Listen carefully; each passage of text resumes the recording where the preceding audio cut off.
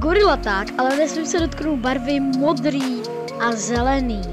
Tak jo, jdeme na to. Takže tady je modrá všude.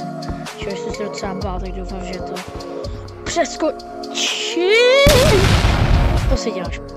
OK. Hele, budeme jako dělat, že se tohle jako nepočítá, jo? Budeme dělat jako, že se tohle nepočítá, jo?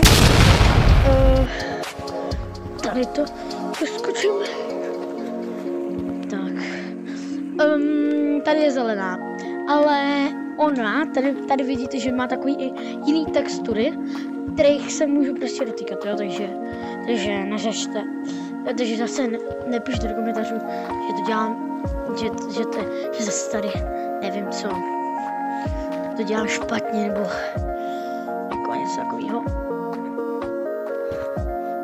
Ale zatím je to dobrý, tady žádná prostě modrá není, teda kromě té vody a tady ještě něco, tady, tak, jdeme dolů.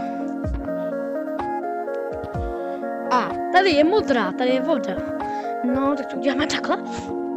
Jo, dobrý. Tak. A můj cíl je dostat se do Mountains.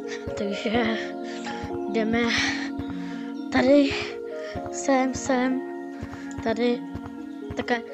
Tady je zelená, ale já se můžu dotýkat těch textur, takže tady to v pohodě. Wow. Tady je taková to, tady žádná zase zelená není. Tak, konečně. Tady je Mountains. No jo, jenže bacha.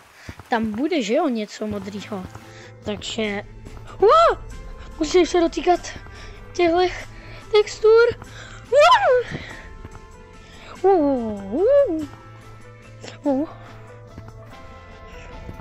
Ne, to je modrá.